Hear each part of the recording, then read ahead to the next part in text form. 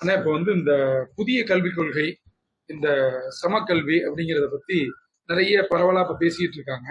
இத பத்தி அண்ணன் பல்வேறு இடங்கள்ல சொல்லியிருந்தாலும் திருச்சி மாவட்ட மக்களுக்கும் இங்க இருக்கக்கூடிய மக்களுக்கும் ஒரு உத்வேகத்தை கொடுக்கக்கூடிய அளவுக்கு கருத்து சொன்னீங்கன்னா எங்களுக்கு அது ஒரு பெரிய பலமா அமையும் நான் நினைக்கிறேன். எல்லோருக்கும் வணக்கம். நான் திருமாரிஞ்சி பேசுறேன்.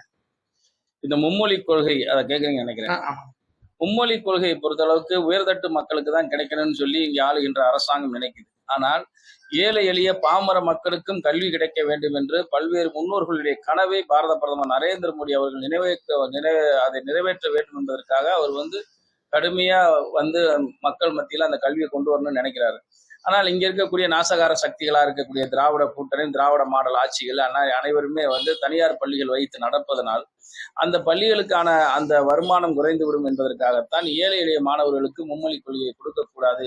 காசு இருக்கவன் கல்வியை கற்றுக்கொள்ள வேண்டும், காசு இல்லாதவன் அவன் குலத்தொழிலை செய்ய வேண்டும் என்று சொல்லி குலக்கல்வி திட்டத்தை திராவிட முன்னேற்ற கழகம் கொண்டு வருகிறது. அவரவர்கள் சாதியை சேர்ந்தவர்கள் அவரவர்தான் கார்பரேஷன்ல படிக்கிறவங்க அவ்வளவுதான் படிக்கணும், அதுக்கு மேல யாரும் படிக்கக்கூடாது, அதுக்கு தகுதியற்றவர்கள் என்று திராவிட மாடல் ஆட்சி நினைப்பதன் காரணமாகத்தான் இந்த முன்மொழி கொள்கையை எதிர்க்கிறார்கள் என்பதுதான் உண்மையான விஷயம். ஆனா உங்களை மாதிரி ஆட்கள் பேக்கப் இருக்கு போய் தான் எங்களை மாதிரி ஆட்களுக்கு ஒரு பெரிய நம்பிக்கையும் ஒரு பெரிய பலமாவும் இருக்கு.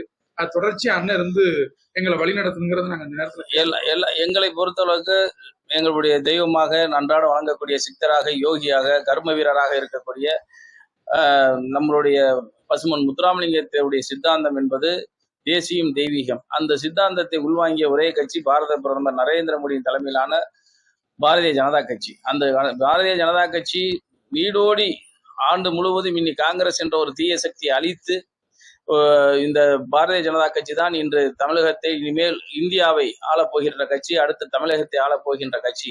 அந்த கட்சியில எங்களை போன்றவர்கள் கூட்டணி வைப்பதில் நாங்கள் பெருமைப்படுகிறோம்.